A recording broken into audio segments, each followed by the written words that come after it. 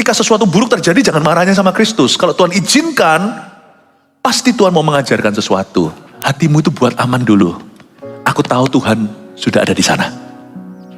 Kalau Tuhan suruh saya mengampuni, Tuhan sudah sediakan peluru pengampunan. Kalau Tuhan suruh saya memberi, Tuhan sudah memberi benih. Kalau Tuhan suruh saya taat, tidak boleh ikut-ikutan dengan dunia yang cemar dengan dosa, pasti Tuhan sediakan sukacita lain. Aku tidak perlu mendapatkan pleasure atau kenikmatan dari nafsu. Kalau Tuhan suruh saya doa pagi-pagi, pasti ada berkat menanti. Kalau Tuhan suruh saya baca firman, sekalipun saya tidak ngerti, Tuhan akan jelaskan nanti. Pokoknya gitu loh, iman kita itu harus mendahului pencobaan. Dan berkata, pokoknya, kalau Tuhan yang suruh aku, masuklah, Tuhan sudah di dalam. Dan kalau Tuhan berkata, keluarlah dari Bahtera, Tuhan sudah ada di luar. Tuhan itu berjalan di depan, itu harus iman orang Kristen, orang percaya.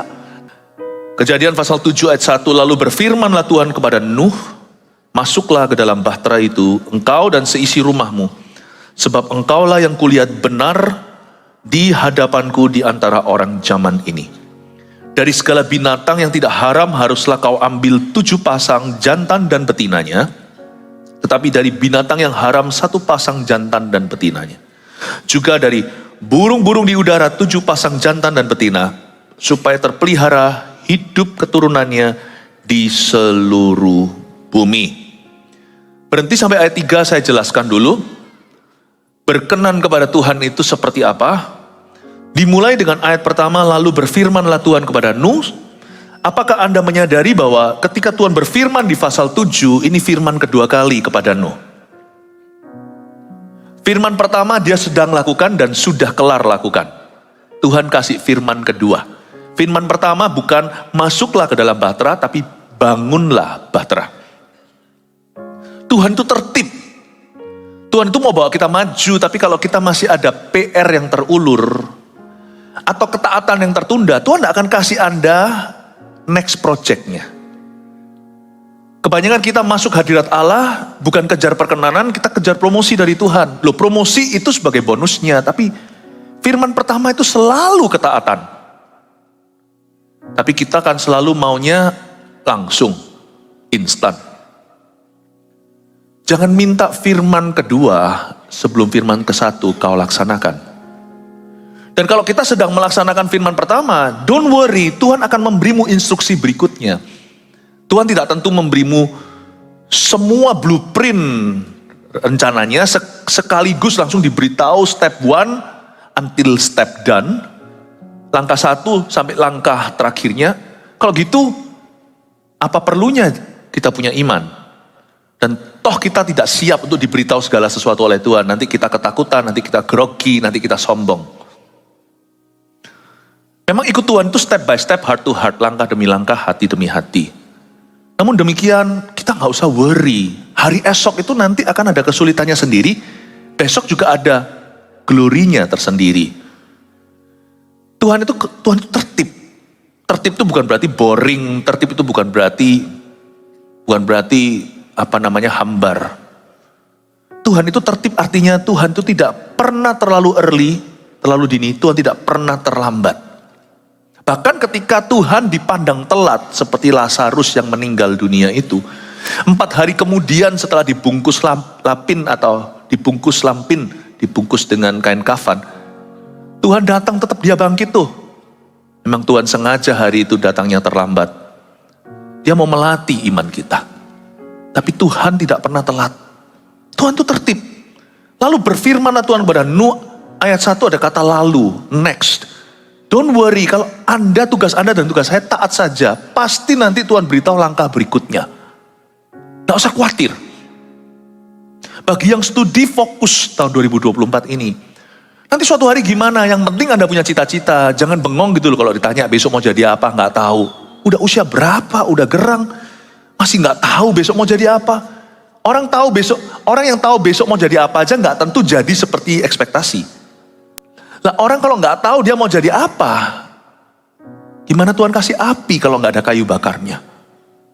Manusia bisa memikirkan jalannya, tapi Tuhan yang menuntun langkahnya. Jalan itu pikirkan, jangan suruh Tuhan.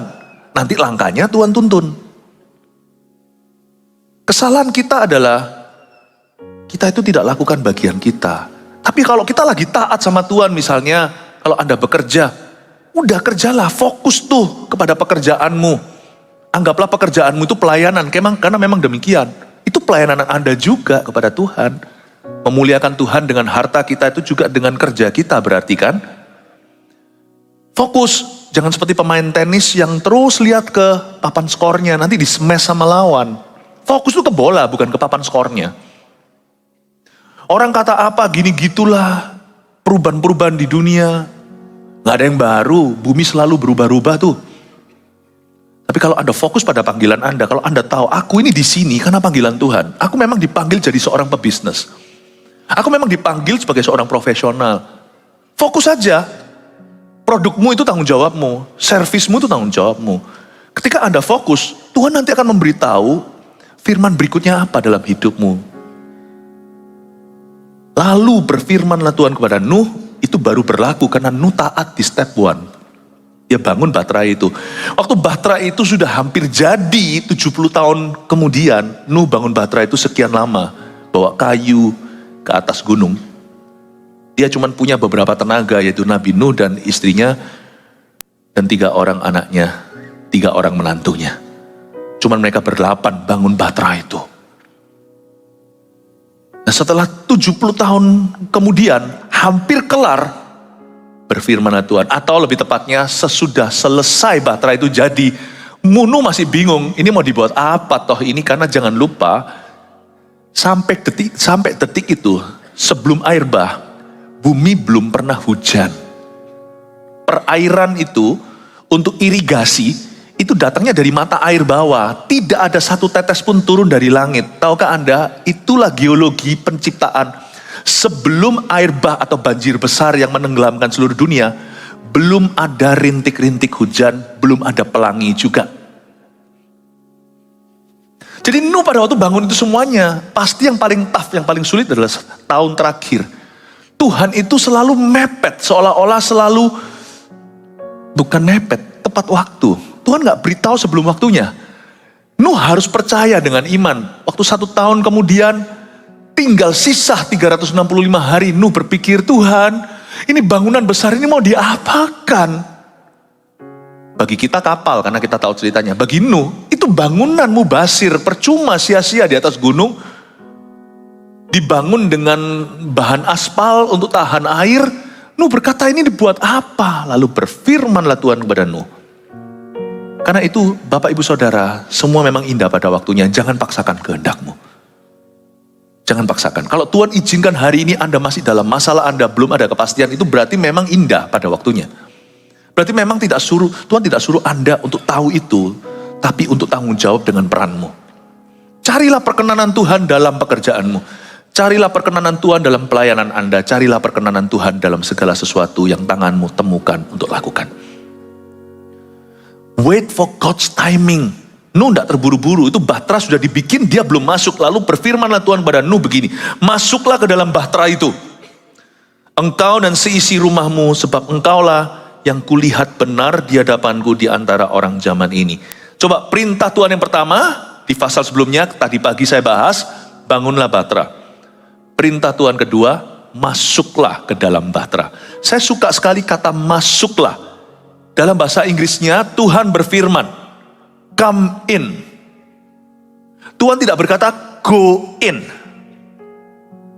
Karena apapun yang Tuhan suruh Anda lakukan, berarti Tuhan sudah ada di dalamnya.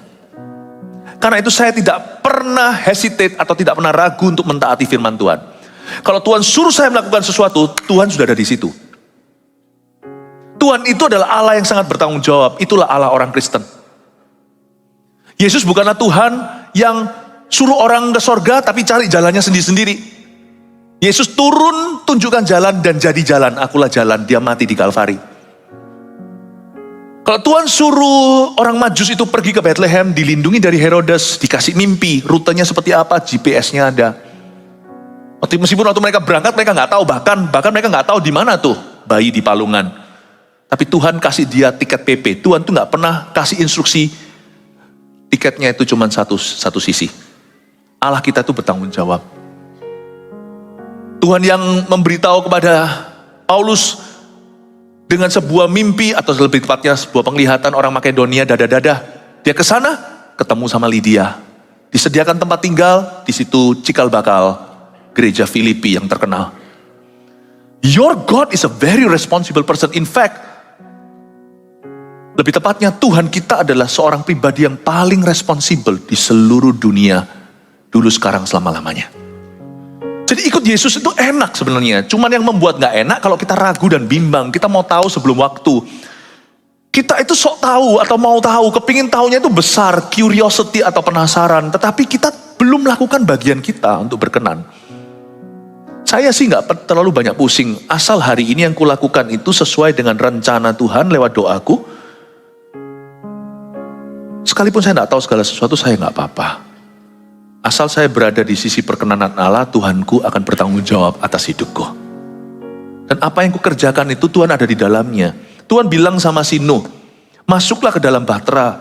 Kalau bahasa Indonesianya gak dijelaskan dua sisi, masuk ya masuk. Tapi bahasa Inggrisnya ada bedanya come in dan go in misalnya.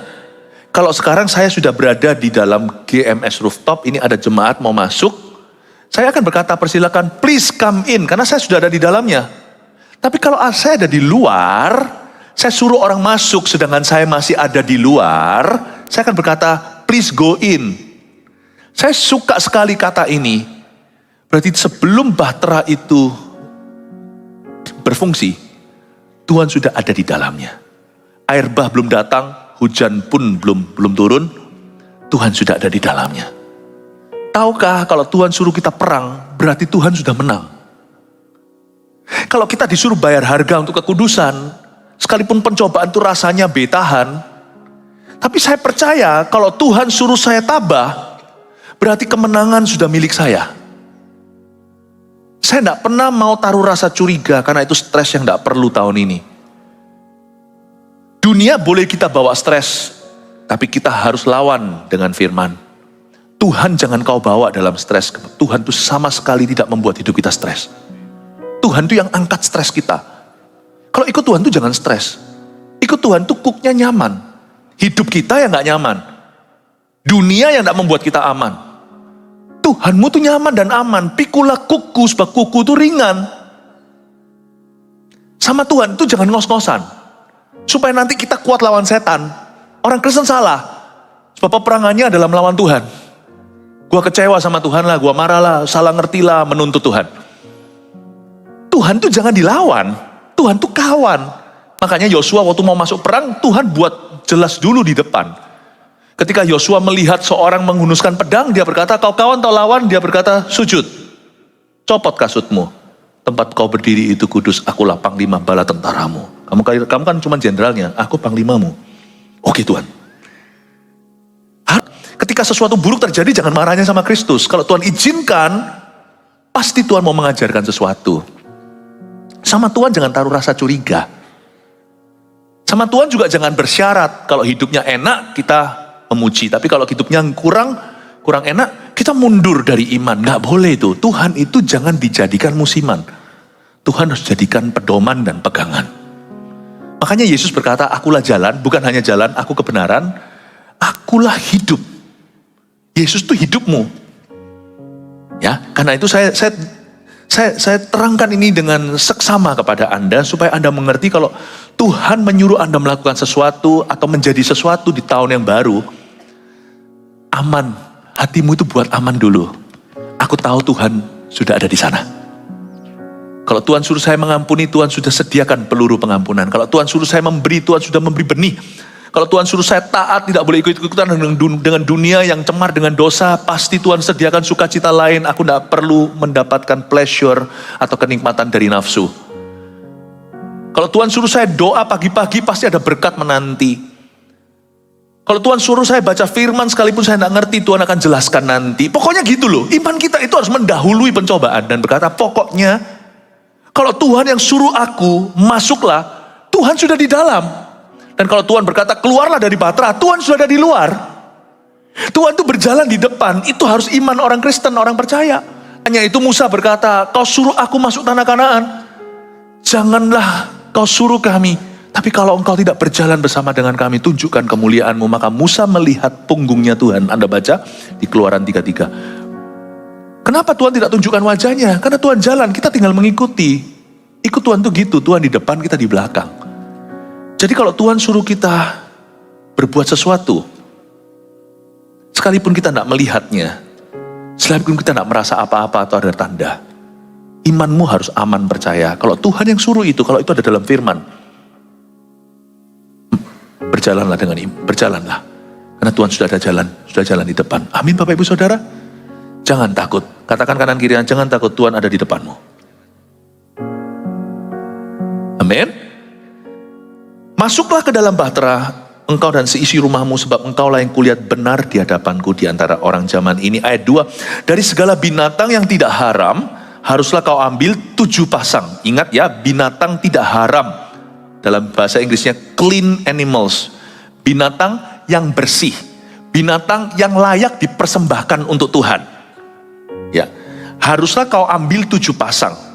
Jantan dan betinanya. Tetapi dari binatang yang haram 1 pasang.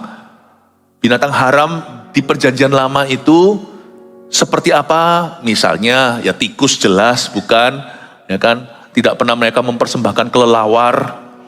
Ini bukan supaya kita itu pilih-pilih makanan, tidak ada kerohanian dalam makanan yang masuk ke dalam perut keluar jamban.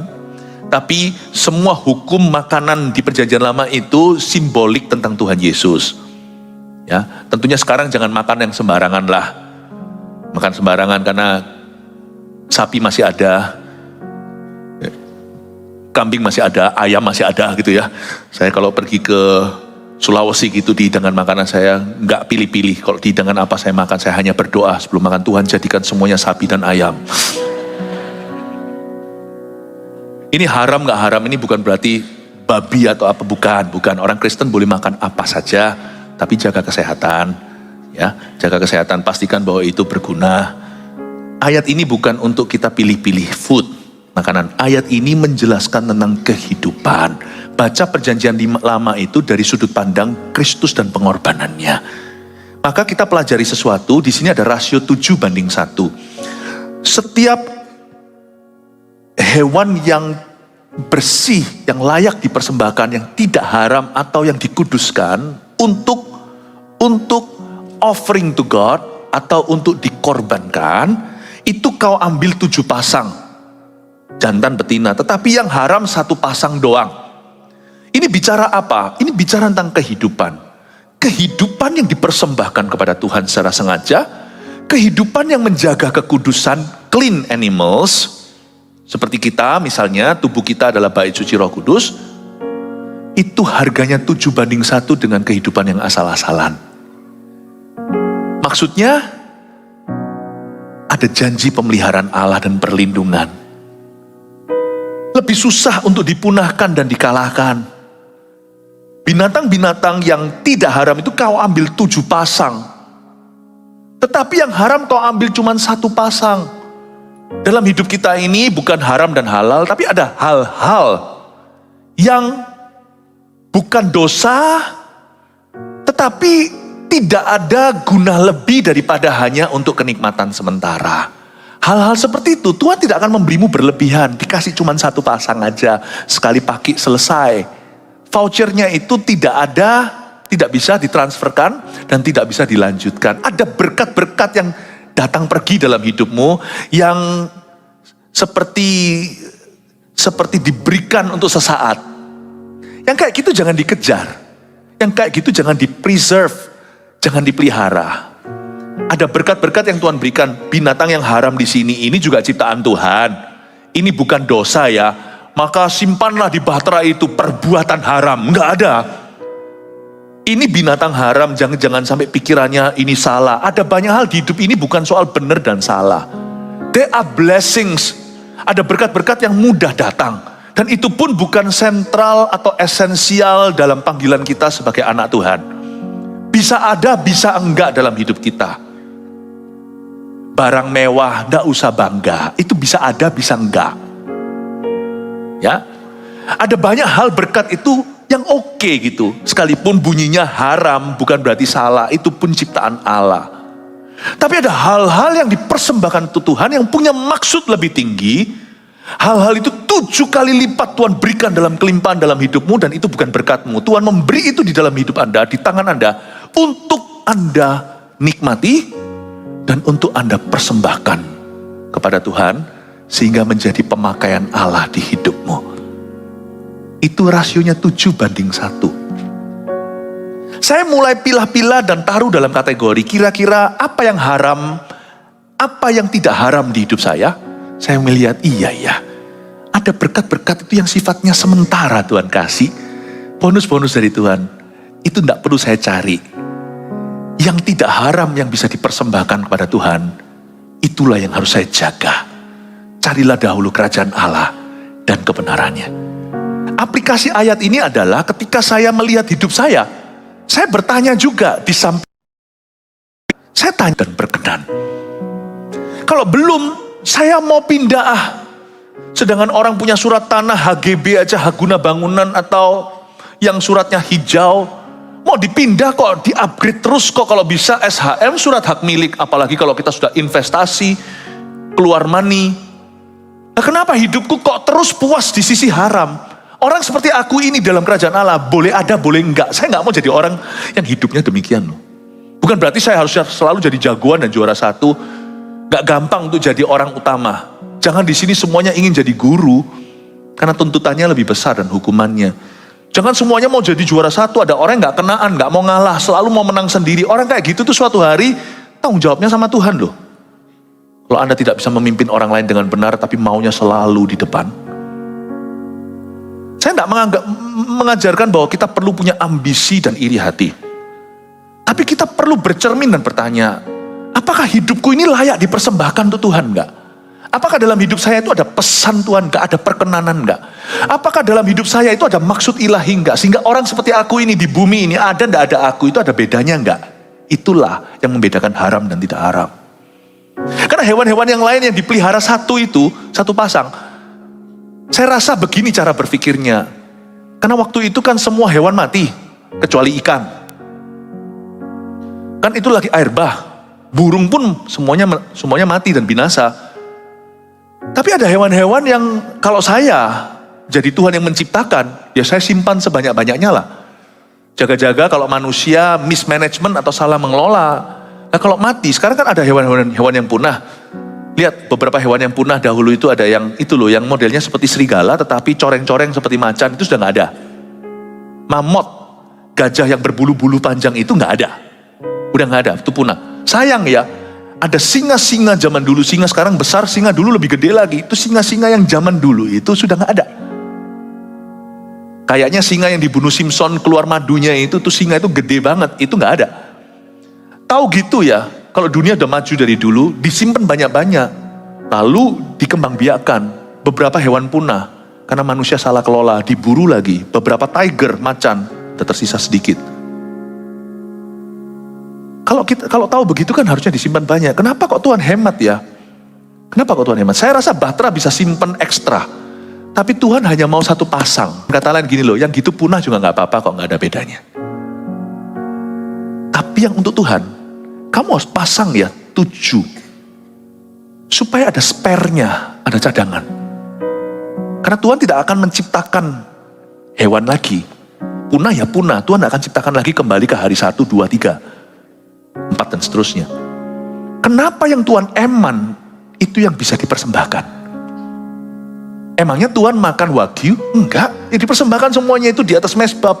Tuhan mencium persembahan harum. Tuhan tidak makan daging itu, nanti yang makan dia Bahkan di sistem persembahan yang ujungnya simbolik tentang Yesus Kristus saja, Tuhan buat lemak jangan, padahal waktu itu belum ada cek darah. Tapi sisanya itu kamu boleh ambil bagianmu, makanlah di hadirat Allah, jangan disisakan esok hari makan dengan umat Tuhan. Yang nikmati itu bukan Tuhan. Semua persembahan yang kita berikan, misalnya dana, itu semua nanti ke misi kemanusiaan. Lebih tepatnya, terutama yang kekal dampaknya misi penginjilan. Tuhan gak makan. Nggak makan. Jadi Tuhan eman itu untuk kita. Tuhan itu kenapa ya lebih menyayangi yang berguna bagi kerajaannya. Yang begini mati ya matilah, punah ya sudah. Tapi yang dapat dipersembahkan dan dipakai Tuhan, yang bisa berguna, bermanfaat bagi manusia, dan yang juga nanti bisa memuliakan Allah, yang punya tujuan ilahi di dalamnya. Kamu jangan masukkan cuman 1 pasang, masukkan 7 pasang. Tuhan tuh gak pernah pilih kasih. Semua manusia dia cinta. Tuhan mati di kayu salib itu juga untuk Hitler dan Mussolini. Tuhan mati juga untuk penjahat. Cuman 1 selamat, satunya lagi menghujat. Namun demikian, perkenanan Tuhan tidak sama dengan cinta. Cinta itu rata. Malah justru orang berdosa, Tuhan tinggalkan 99 untuk cari dia seorang. Seolah-olah Tuhan lebih cinta orang berdosa. Pernah gak rasa begitu? Waktu Anda baru lahir baru itu, wah dimanja Tuhan, doa apa aja dapat. Bukan berarti sekarang Tuhan gak cinta karena kita jadi stok lama, bukan. Karena itu bukan tujuan kita. Bayi rohani masih menyusu, yang dewasa pasti mau bekerja. Sebenarnya kita setelah sekian lama kenal Tuhan, juga doa kita dapat kok. Doa kita dikabulkan. Cuman kalau kita setelah mengenal Yesus 10 tahun, 20 tahun, lalu doa kita tentang kita melulu, ya kita gak bertumbuh. Bayi terus tuh. Cuman zaman dulu kalau kita itu masih bayi rohani, jiwa baru itu, kita doa apa aja rasanya kayak Tuhan tuh langsung dengarkan. Karena kita merasakan kebutuhan kita tercukupi dulu.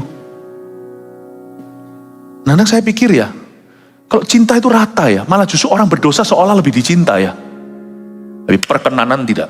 Percayalah Tuhan bisa mencintai anak-anaknya, tapi Tuhan mempercayakan kunci hanya kepada siapa dia berkenan. Saya bisa punya anak 10. Saya cinta semua, malah si bungsu yang gak bisa apa-apa, saya malah manjakan. Tapi, kalau kunci berangkas saya, kunci perusahaan saya, misalnya, jikalau saya seorang pebisnis, ya saya kasih ke anak yang mampu, yang saya kenan, yang dewasa. Semoga si sulung bisa, kalau si sulung gak bisa, saya bypass anak berikutnya. Siapa yang mampu, cinta untuk semua. Malah si kecil yang gak bisa apa-apa, malah lebih dicinta. Tapi kalau percaya itu kepada siapa dia berkenan, dia berikan dan percayakan. Makanya jangan heran, 2 orang Kristen sama-sama dicinta Tuhan, yang satu dikenan Tuhan, yang satu tidak dikenan Tuhan. Itulah sebabnya kuasa bekerja berbeda dalam tubuh yang satu dengan tubuh sebelahnya. Dalam hidup yang satu dan hidup sebelahnya. Penyertaan pun beda levelnya, demikian pula pembelaan. Anda harus mengerti dunia perkenanan bukan dunia kasih saja. Kasih, karunia. Perkenanan itu di level karunia. There is a gift yang Tuhan berikan hanya kepada orang yang dia kenal. Makanya Tuhan berkata, jangan berbuat jahat pada nabi-nabiku. Do not touch my anointed. Ini bukan berarti hamba-hamba Tuhan tidak bisa dikritiki, bukan. Do not touch my anointed, jangan ngawur. Karena ada orang-orang tertentu, itu ambasador-ambasadorku. Nangkep ini ya Bapak Ibu Saudara, tahun ini jangan Anda jadi bayi terus. Anda harus bertumbuh. Kenapa kalau kita mulai ber-CG, mulai ministry, bayar harga lagi. Orang berkata mau gabung di GMS ini, gak gampang, mulai dari bawah, MSC 1, 12 kali CG, mau jadi member aja susahnya. Bayar harga. Worth it. Karena itu adalah MSJ My Spiritual Journey menuju perkenanan. Cinta, langsung dikasih Tuhan. Orang berdosa dicari sama Yesus. Tapi waktu Anda masuk gereja ini, Allah mulai memberimu blueprint. Teaching you how to walk in His favor. Mulai mengajarmu berjalan dalam perkenanan. Mengubahmu dari, maaf ini, bukan berarti Anda dan saya hewan. Mengubahmu dari kategori hewan haram ke hewan yang tidak haram. Mengubahmu dari kategori 1 pasang doang, ada nggak ada dia, nggak ada bedanya buat gereja, buat kerajaan Allah, buat bumi, buat Indonesia, buat kotamu, nggak ada bedanya. Dia cuma cari kesukaannya kok. Dia hanya mau membangun hidupnya kok. Dia hanya ngejar cita-citanya kok. Orang seperti itu moyong, nggak berguna, useless. Ada nggak ada dia, nggak ada bedanya. Itu tanaman hanya benalu sorga. Dia hanya menyerap saja, tidak pernah memberikan apa-apa. Udah satu pasang aja. Tetapi ketika Anda mulai melayani Tuhan dan maksud-maksudnya, ketika Anda mulai sungguh-sungguh dipakai Tuhan terhadap sesama, tiba-tiba nilaimu kali 7, yang gitu dikasih Tuhan tanda, don't touch my anointed. Kata anointing itu separation, dipisahkan, itu urapan. Artinya diurapi untuk. Urapan itu peruntukan, urapan itu bukan untuk gagah-gagahan. Urapan itu bahkan bukan perasaan, aku merasakan ada listriknya, itu hanyalah manifestasinya. Urapan itu peruntukan, sebuah tempat itu peruntukannya komersil, sebuah ladang bidang, sebuah lahan maksudnya, sebuah bidang lahan, itu mungkin peruntukannya adalah residensial. Mungkin ada juga yang peruntukannya adalah untuk sosial, untuk ibadah. Anointing itu peruntukan. Jangan jadi bayi rohani yang menyerap susu. Ini sudah tahun keberapa kita jadi orang Kristen, anak Tuhan, dan tahun keberapa kita di dalam gereja. Peruntukan itu urapan. Untuk apa engkau hidup dan menyerap gizi dan tanah kerajaan Tuhan? Pasti ada pemakaian Allah. Dan ketika Anda menyadari dan mulai hidupi destiny dan mulai berjalan dalam tujuan ilahi itu, nilaimu tiba-tiba kali 7.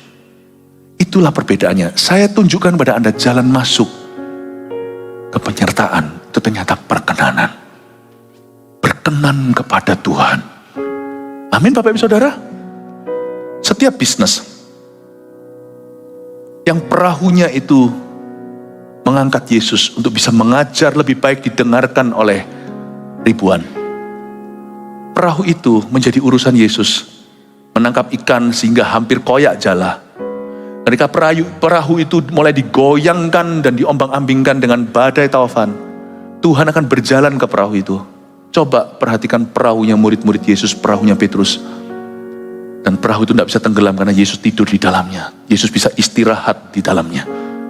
Lalu perahu yang digoyang-goyang itu bukan hanya tidak tenggelam, tapi ketika Yesus sampai ke dalamnya, ketika Tuhan berjalan ke sana, ketakutan mereka kira hantu. Ketika Yesus masuk ke perahu, ada ayat berbunyi, seketika itu sampailah perahu itu pada tujuan atau pada tepi danau itu. Ada perahu tetap sama, semua perahu ya dari kayu. Cuman perahu yang diserahkan ke Yesus, yang diinjak oleh Yesus. Perahu yang dipakai oleh Tuhan Yesus untuk mengajar manusia yang haus, mengajar 5.000 orang. Perahu itu akan ada perbedaan dengan perahu yang lainnya. Tahun ini ingatlah bahwa bisnismu, keluargamu, hidup Anda, masa muda Anda, yang diserahkan ke Tuhan itu bernilai 7. Itu adalah hewan yang tidak haram, yang layak untuk dipersembahkan untuk Tuhan. Saya berkata pada diri saya sendiri, apakah saya tahun ini mau menjadi perabotan biasa yang dipakai untuk perkara-perkara biasa? Atau saya mau menguduskan diri saya dari hal-hal yang mencemarkan supaya saya menjadi perabotan yang dipakai untuk perkara-perkara mulia? Barang siapa menyucikan dirinya, artinya barang siapa yang memisahkan dirinya dengan cara hidup orang-orang sekelilingnya, dan dia mengikuti Tuhannya dengan sungguh-sungguh dari jarak dekat, dia akan dipakai Tuhan sebagai perabotan dalam kerajaan, tapi dipakai untuk perkara-perkara mulia dan perkara-perkara besar. Ada orang yang nilainya 1, ada orang yang nilainya 7. Please jangan menilai tetanggamu, sebab dia bukan urusanmu. Jangan hakimi sesamamu. Kalau Anda mau evaluasi, introspeksi, katakan pada Tuhan, Lord search me, ujilah aku dan cobalah aku. Apakah aku sungguh-sungguh mengasihimu? Doa saya tahun ini, setiap jemaat kita tidak ada satupun yang mubazir sia-sia. Saya dorong Anda, kalau Anda makan di gereja ini, pastikan hidupmu berguna. Saya tidak charge Anda dengan uang, persembahan itu tidak sama. Persembahan ini sukarela. Semua urapan, semua pewahyuan yang Tuhan titipkan pada kami berikan cuma-cuma, tapi saya mau charge Anda. Seperti kalau Anda makan pakai kredit card, digesek. Saya gesek setiap jemaat di tempat ini. You tidak boleh jadi orang yang biasa mubazir sia-sia. Saya sebagai gembala sidangnya, saya menuntutmu di hadapan Tuhan sebagaimana Tuhan menuntut saya untuk berguna. Saya menuntut Anda untuk menjadi orang yang berkenan tahun ini dan menjadi orang yang dipakai Tuhan secara luar biasa. Kasih tepuk tangan untuk Tuhan Yesus. Boleh? Bayar dengan cara begitu. Karena firman yang saya sampaikan juga datang dengan sebuah harga. Mencari Tuhan, berdoa, saya diiris-iris sama Tuhan Yesus untuk bisa keluar pemahaman-pemahaman. Saya dorong Anda, saya charge Anda, tidak ada makan for free di sini. Nah ya, amin. Katakan kanan kirinya, waktunya bayar, waktunya kita dipakai Tuhan. Haleluya, kasih tepuk tangan untuk Tuhan Yesus.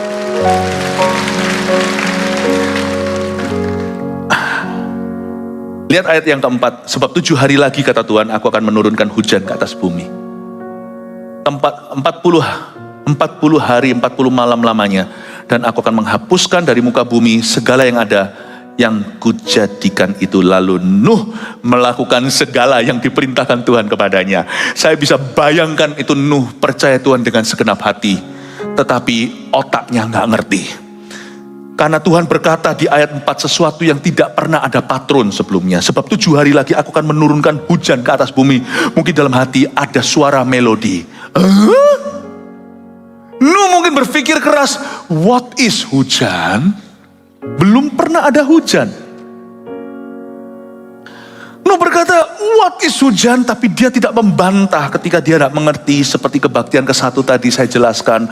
Trust, even when you don't understand. Hidup bergaul dengan Allah, topik ibadah pertama, itu berarti harus berani bukan hanya percaya, tapi percayakan hidupmu kepada apa kata Tuhan. Waktu Nuh diberitahu 7 hari lagi aku akan menurunkan hujan ke atas bumi, dia seperti Abraham nanti, percaya tanpa melihat. Dan Tuhan berkata 40 hari 40 malam lamanya, itu hujan akan turun dan aku akan menghapuskan dari muka bumi segala yang ada yang kujadikan itu. Nuh tercengang, terbuka mulutnya. Tapi saya mau Anda memperhatikan sesuatu yang lain di ayat 4. Di ayat 4 ini saya melihat kesabaran Tuhan. Berkenan pada Tuhan itu tidak susah. Karena kita melayani Allah yang sabar, bukan Allah yang tergesa-gesa. Tuhan itu nggak seperti papa mama. Bahkan orang tua paling sabar pun kadang-kadang kita kasih hitungan. Hayo masih kecilannya. 1, 2, 3. Kesabaran kita itu juga cuman terhitung sampai 3, seperti kalau orang lagi potret dan foto. Ayo 1, 2, 3, 1, 2, 3. Tuhan itu bukan 1, 2, 3 kalau ngitung, 120 tahun. Di pasal sebelumnya gak usah dibuka, di Kejadian 6, Tuhan mengeluhkan tentang kejahatan manusia, lalu Tuhan berfirman begini, aku tidak akan selamanya tinggal dengan manusia lagi, karena itu usia mereka tidak lebih dari 120 tahun. Memang itu bicara tentang turunnya umur manusia. Zaman dahulu manusia itu hidupnya lama. Manusia yang paling tua hidupnya itu Metuselah. Keturunan Adam, keturunan keberapa hidupnya sampai 965 tahun. Adam pun hidup 900-an. Tapi sekarang manusia hidupnya 120 sampai zaman ini. Bisa mencapai 80 aja luar biasa. Tapi saya percaya jemaat GMS panjang umur semuanya. Kalau saya sih gak mau umur sampai umur 96, saya gak mau. Nanti saya ngerepoti Anda, minta dituntun nanti companion saya yang harus popong saya. Bagi saya yang penting hidup berguna. Panjang gak panjang itu urusan Tuhan. Tapi manusia hidup hanya 120, tetapi di pasal 6, itu juga bicara nubuatan bahwa sejak Tuhan berfirman, sampai nanti Nuh itu selesaikan bahtera lalu air bah 40 hari kemudian, jumlahnya kira-kira waktu yang tersisa 120 tahun. Tuhan kasih warning, Tuhan kalau marah itu masih ada skop waktu, masih ada spilling waktu 120 tahun. Bayangkan, Tuhan itu panjang sabarnya. Kalau kita kan mau marah, 3 detik kemudian sudah meluap. Kalau Tuhan udah meluap itu masih ada 120 tahun menunggu. Dan Nuh membangun bahtera itu kurang lebih 70 tahunan karena dia bangun sendirian. Begitupun Tuhan masih procrastinate. Tahu Tuhan itu masih muter-muter kayak orang yang ayo belajar, nggak belajar masih main game dulu. Ayo belajar masih main bola dulu. Belajar masih nganggur, masih mau makan dulu. Kadang-kadang kita itu, anak ini kapan mau belajarnya? Sebentar. Itu namanya procrastinate. Sukanya muter-muter orangnya sebelum melakukan tugasnya. Tuhan juga begitu. Kalau soal kebenaran Tuhan langsung, tapi soal hukuman Tuhan itu ulur-ulur. Seolah-olah dia buat lambat-lambat. Coba Anda baca ayat 4. Sebab 7 hari lagi aku akan menurunkan hujan ke atas bumi setelah menunggu 120 tahun. Tuhan warning terakhir, Nuh, sisa seminggu.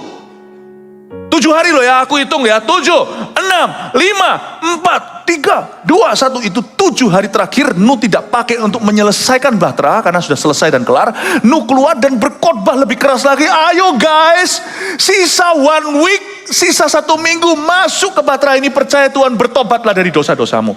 Tuhan itu loh, udah nunggu 120 tahun, gak usah kasih peringatan lagi. Langsung aja tampar. Enggak tuh, itu kayak Tuhan seperti mau kasih rotan tuh sama anaknya. Ayo ya. Setelah tunggu 1 year later, tapi 120, mau pukul tuh masih hitung. Ayo ya, papa pukul lo ya, papa bak ya, papa pukul ya. 1, 2, 3, masih hitung 7. Tuhan itu kayak gitu, waktu saya baca ini mau nangis saya. Kenapa kok ada di antara kita susah taat sama Tuhan? Kenapa ada di antara kita yang bahkan meninggalkan Tuhan? Kenapa ada di antara kita merasa gagal lalu Tuhan sudah tolak saya? Tuhanmu gak kayak gitu. Tuhanmu itu gak gampang marah. Marah pun hitung 120 tahun, sudah jatuh tempo masih hitung 7 ditambah seminggu. How good is your God? Gak perlu ninggalkan Tuhan itu gak perlu. Tuhan itu bisa pulihkan. Jangan berdosa lagi, datang apa adanya, tanggung konsekuensinya, asal kau menanggung dengan Tuhan. Tuhan itu baiknya itu, jedok sampai ke sorga turun lagi ke palungan dulu baiknya Tuhan. So good Tuhan. Kalau soal kebenaran langsung, tapi soal menghukum anak-anaknya atau ciptaannya, Tuhan tuh kayak seperti orang yang muter-muter baru lakukan tugasnya. Makanya ada kalimat begini, anggaplah kesabaran Tuhan itu kesempatanmu. Luar biasa. Ya. Lalu Nuh melakukan semua yang diperintahkan Tuhan kan? Ayat 6, Nuh berumur 600 tahun ketika air bah datang meliputi bumi. Masuklah Nuh ke dalam bahtera itu bersama-sama dengan anak-anaknya dan istrinya dan istri anak-anaknya karena air bah itu. Sayangnya terakhir yang masuk cuma 8 orang. Nabi Nuh dan istrinya, 3 orang anaknya, 3 orang menantunya masuk dalam bahtera. Dari binatang yang tidak haram dan yang haram ayat 8. Dari burung-burung dan dari segala yang merayap di muka bumi. Datanglah sepasang mendapatkan Nuh ke dalam bahtera itu. Jantan dan betina seperti yang diperintahkan Allah kepada Nuh. Ajaibnya kalau Tuhan suruh, Tuhan yang bantu. Coba Anda lihat ayat 9. Datanglah, Nuh tidak tarik mereka. Nuh tidak suruh. Datanglah sepasang mendapatkan Nuh ke dalam bahtera itu, jantan dan betina, seperti yang diperintahkan Allah kepada Nuh. Perkara-perkara yang di luar kendali Anda, yang Anda tidak berkuasa mengubahnya, itu di arenanya Tuhan. Dan saya memberikan sebuah prediksi seperti ini. Bahwa nanti ini, di tahun ini, akan ada perkara-perkara ajaib, perkara-perkara yang luar biasa terjadi dalam hidup Anda, itu sama sekali bukan hasil usaha jeripaya Anda. Tapi itu datangnya by His divine power. Apa gak berat coba interview Nuh? Dia sendirian dengan istri dan anaknya. 70 tahun bangun bahtera itu bukan di pinggir pantai atau di mana ada kayu aras. Kayu gofir. Tapi dia bangun itu di atas gunung. Dia bangun bahtera itu udah umur 500 sekian. Berat sih berat, tapi itu tetap ringan karena itu pihak manusia. Yang mustahil itu pihak Allah. Setelah bahteranya jadi, Nuh garu-garu kepala. Tuhan tidak berfirman bagaimana caranya untuk mendatangkan hewan. Firman Tuhan kedua adalah masuklah dalam bahtera. Apa yang Tuhan tidak firmankan, itu tugas Tuhan. Kita tidak usah gurui Tuhan Yesus. Tuhan tidak firmankan, tiba-tiba sepasang demi sepasang datang. Tuhan firmankan ke Nuh, Tuhan perintahkan nanti akan begini. Tapi bagaimana terjadi sama sekali nggak ada job deskripsi. Tuhan tidak beritahu Nuh nanti kamu gini ya, masukkan ke koran, masukkan ke sosial media, dipanggil, satu pasang kadal. Tuhan hanya berfirman memberitahumu, dunia akan begini, akan terjadi begitu. Peran Anda adalah bagian kecil. Tapi yang Tuhan tidak kasih Anda sebagai job deskripsi, itu job deskripsinya Tuhan. What doesn't come by your effort will come by His divine power in your life.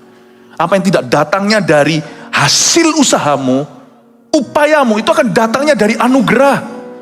Saya kalau mau review yang terjadi di belakang, perkara-perkara sederhana itu, saya bolehlah ambil kredit sedikit, bukan mencuri kemuliaan.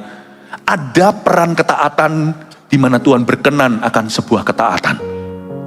Tetapi kalau saya mikir sungguh-sungguh dan jujur, ada perkara-perkara besar di hidup saya itu, kalau saya tarik ulur kembali ke masa lalu, itu gak ada urusannya sama saya. Sungguh-sungguh saya itu disenggol masuk ke dalam perkara besar itu bukan rencana saya. Rancangan bukan rancanganku, itulah firman yang tepat untuk aku. Tahun ini juga akan ada berkat yang seperti itu. Lakukan bagian Anda di kantor. Nanti ada sesuatu terjadi di perusahaan Anda yang dari Tuhan, itu bukan dari upayamu. Itu terjadinya dari skala besar. Itu yang disebut pergeseran besar, dan mujizat itu datangnya dari Tuhan. By His divine power, Dia bahkan akan menghentikan matahari supaya kita punya waktu lebih. Dia bisa melakukan perkara-perkara yang terlalu ajaib bagimu.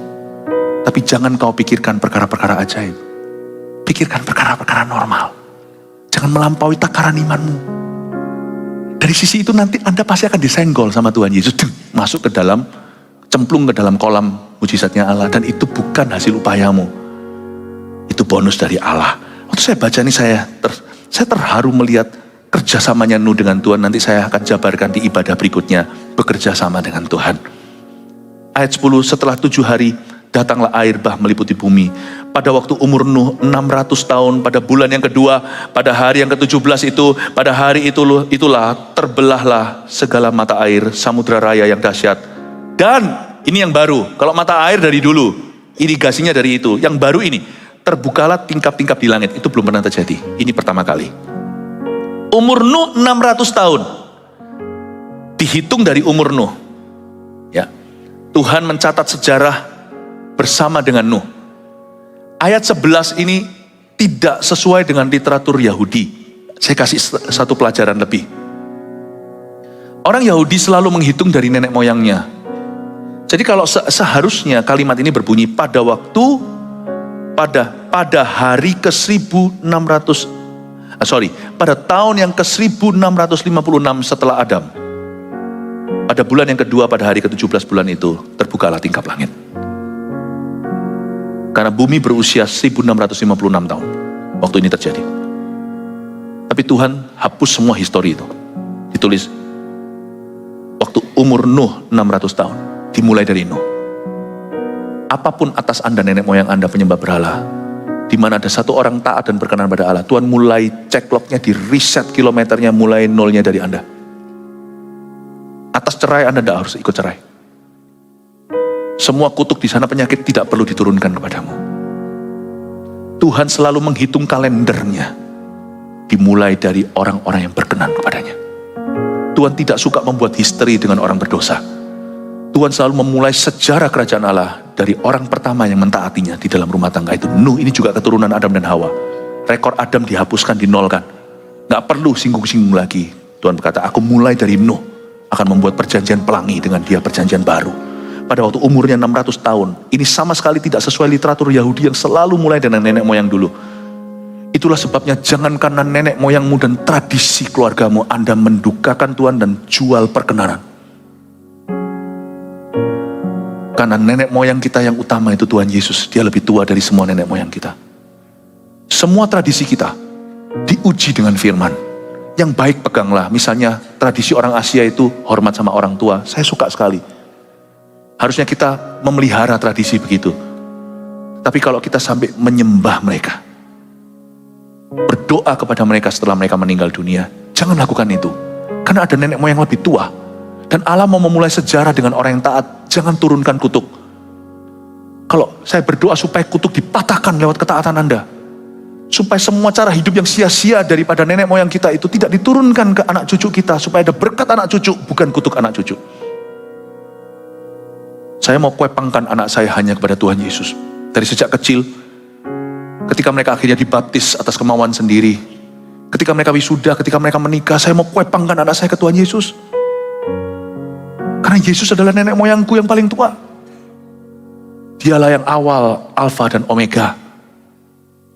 Apapun tradisi Anda sesuai dengan suku. Sebelum Anda kesukuan, Anda harus kekristenan. Supaya Anda kepenuhan, bukan kesurupan. Saya dorong Anda. Dari ayat ini saya pelajari sesuatu. Cara Musa. Loh kok tahu? Siapa yang menulis kitab Kejadian? Musa. Makanya Musa itu 40 hari, 40 malam gak bisa makan. Tercengang dia. Mulut gak bisa terima food. Karena mulut dia penuh dengan pujian. Karena Nuh kan gak nulis biografi. Tuhan itu cerita-cerita. Waktu di Sinai itu, Tuhan tuh cerita sama Musa, diturunkan Taurat, yaitu Taurat Allah ini. Kejadian, Keluaran, Imamat, Bilangan, Ulangan. Musa yang nanti keturunan Nuh juga, turun-temurun, dia menulis ini, dan Tuhan cerita, aku ingatnya dari Nuh, tidak ingat dari kejatuhan Adam. Orang yang berkenan tuh diingat Tuhan. Nanti kalau Tuhan lihat anak Anda, Tuhan tidak akan lihat nenek moyangnya dia, nenek moyang anak Anda, nenek moyang Anda yang tidak taat dan memberontak. Tuhan akan ingat Anda, dan Tuhan akan ingat persembahanmu, perjanjianmu dengan Tuhan. Tuhan akan ingat hidupmu, dan Tuhan akan memberkati mereka.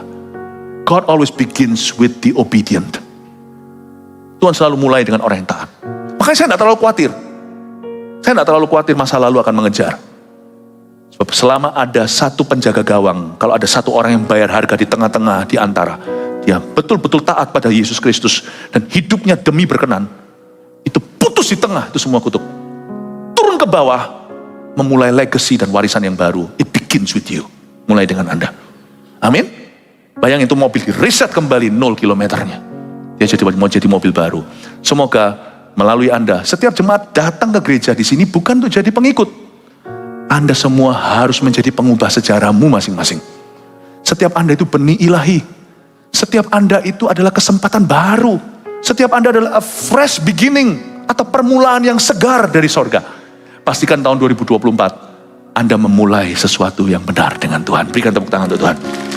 Terakhir ya, beberapa ayat, terlalu banyak ini ya. Dan turunlah hujan lebat meliputi bumi 40 hari 40 malam lamanya. Ayat 12 sekali lagi, kasih Tuhan luar biasa. Dibutuhkan 6 hari untuk buat bumi. Tapi Tuhan ulur-ulur 40 hari untuk menghancurkannya. Saya bisa rasakan Allah yang menangis 40 hari itu melihat ciptaannya. Tuhan itu tidak kejam, tenggelamkan. Tuhan sudah kasih peringatan sama mereka yang jahat seperti Sodom dan Gomora. Pada hari itu juga masuklah Nuh serta Sem, Ham dan Yafet, anak-anak Nuh dan istri Nuh, dan ketiga istri anak-anaknya bersama-sama dengan dia ke dalam bahtera itu. Saya berhenti di sini aja ayat terakhir, lalu kita doa. Hari itu masuklah Nuh dan 3 anaknya, dan juga 3 menantunya, Nuh suami istri, masuk sama-sama ke dalam bahtera. Pada saat orang benar sudah mulai disingkirkan, be careful, judgment comes. Selama Sodom Gomora ada 10 orang, perjanjian Tuhan dengan Abraham, aku tidak akan hancurkan. Gak ada 10, Tuhan tetap selamatkan Lot dan 2 anaknya, 2 putrinya. 3 doang. Jauh di bawah standar, tidak sesuai dengan notarisan. Tuhan tetap ngalah. Tidak selamatkan Sodom Gomora, Tuhan tepat janji. Tuhan itu orangnya cengli. Tapi 3 Tuhan tetap selamatkan. Itu gak perlu, itu gak ada dalam perjanjian. Tuhan jalan di mil kedua. Coba Anda lihat, Tuhan itu begitu baiknya. Allah tidak pernah lupakan Abraham. Lot itu jahat, termasuk jahatlah dibanding Abraham, tapi diselamatkan gara-gara Abraham. Saya percaya Tuhan kita itu baiknya bukan main. Dan kalau Tuhan mulai singkirkan, ketika orang-orang benar itu mulai masuk ke dalam kapal, bumi harusnya bergetar, harusnya gemetar. Anda mau tahu nggak, hidup Anda masih aman kalau masih ada orang benar sekelilingmu, kalau masih ada 1 orang lagi mendoakanmu, masih ada orang yang terus mengingatkanmu akan firman, Anda berada di tempat aman. Tapi misalnya dalam satu company perusahaan atau dalam satu bangsa, contohnya negara, kalau sudah tidak ada lagi gereja yang benar dan murni, tidak ada gereja yang betul, tidak ada anak-anak Tuhan yang berdoa, celaka tempat itu. Sebuah perusahaan, satu keluarga, kalau nggak ada lagi pendoa syafaatnya, sudah tidak ada lagi perantara, 1 orang yang menjadi tumbalnya, 1 orang menjadi korban persembahan, menjadi domba offering itu. Bukankah firman berkata 1 orang percaya seluruh isi rumah tangganya diselamatkan? Kalau 1 pun lu nggak ketemu, keluarga seperti itu tidak ada harapan. Makanya yang 1, kalau sisa 1, jangan Anda mundur. Anda harapan satu-satunya. Ketika orang benar mulai disingkirkan, atau orang benar mulai masuk ke dalam bahtera, hai bumi, be careful, judgment is coming. Tapi selama masih ada orang benar di kapal itu, don't worry, dia tidak akan tenggelam. Betapa indahnya, betapa berkuasanya orang yang berkenan di bumi dan di sorga. Sekalipun mungkin orang yang berkenan itu bukan orang kaya, tapi kalau hidupnya dikenan Allah dan dipandang oleh Tuhan, oh, relax, bisnismu tidak akan jatuh, karena Anda masih dikenan Tuhan. Jatuh pun akan bangkit, tidak akan tergeletak, karena Tuhan menopang tangannya. Ada 8 orang yang Tuhan singkirkan dari bumi, masuk bahtera, lalu air bah. Dan indahnya terakhir dengan ini, ada 8 orang, bumi ini berusia 6.000 tahun. Sedangkan Kalau Anda lihat ya di ayat ini, kalau yang tahu bahasa Chinese, saya ngerti dikit. Bahasa kapal itu chuan, tulisnya begini. Ya. Nah, kelihatan kan? Di dalam bahasa Chinese itu kan isinya karakter, itu gambar.